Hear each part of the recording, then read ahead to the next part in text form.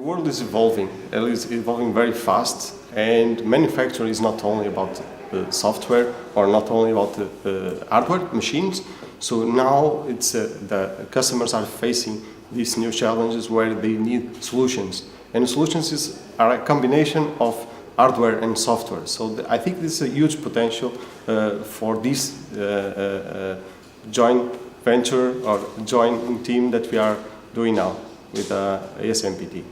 First of all, it's the challenge of integrating a small company with a larger company. Okay, so when you are doing this and you are a small company and very agile, there will be a challenge, a big challenge actually to keep that agility, but still evolve or adopt the culture of the company that you are now part of.